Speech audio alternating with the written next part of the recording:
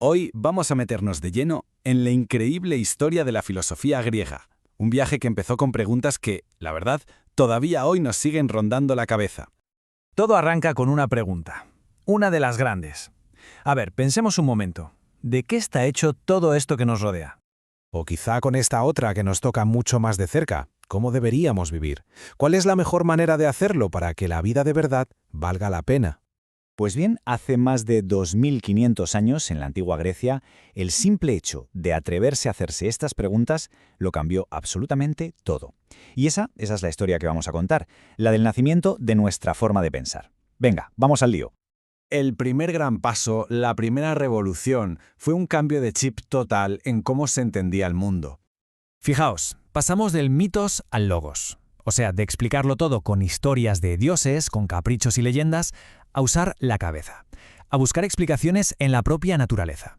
De repente el mundo dejó de ser un escenario caótico controlado por fuerzas divinas para convertirse en un cosmos, un sistema ordenado que, ojo, se podía llegar a entender con la propia razón. Un cambio brutal. Y claro, con esta herramienta nueva, con la razón, los primeros filósofos, los que llamamos presocráticos, se lanzaron a por la pregunta del millón. Buscaban lo que ellos llamaban el arche, el principio original de todas las cosas. Y el primero en atreverse fue Tales de Mileto. A ver, que hoy nos puede sonar un poco simple, ¿no? Decir que todo es agua, pero pensadlo bien. Fue una idea revolucionaria. Por primera vez, alguien proponía una explicación natural, algo que se puede ver y tocar, como el origen de todo. Estaba sin saberlo poniendo la primera piedra de la ciencia. Claro, no todos estaban de acuerdo. Luego llegó Anaxágoras y dijo, espera, que esto es más complejo. Él imaginó que todo estaba compuesto por infinitas semillas y que en cada cosa que vemos hay en realidad una mezcla de todas las demás. Una visión, la verdad es que bastante sofisticada para la época.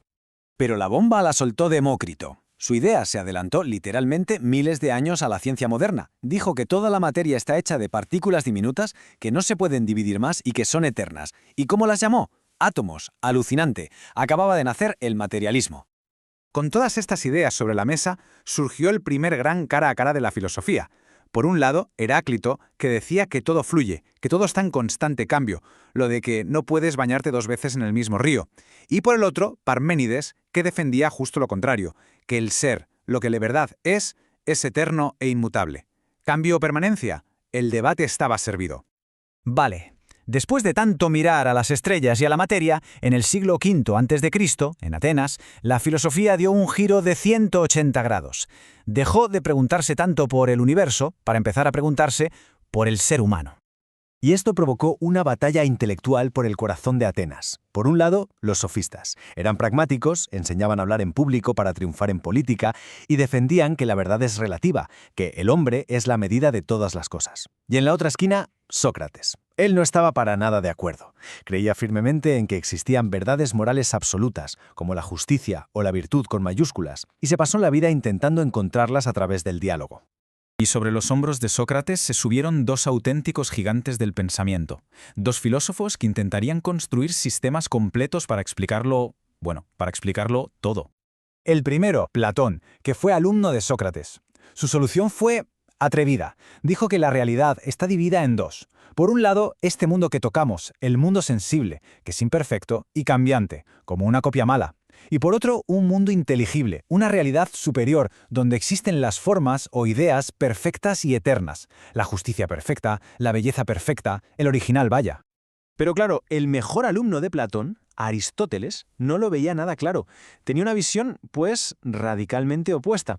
Es como si Platón hubiera enviado la filosofía a las nubes y Aristóteles llegara para bajarla de nuevo a la tierra, para que pisara el barro. Y aquí está el meollo de la cuestión, el gran enfrentamiento.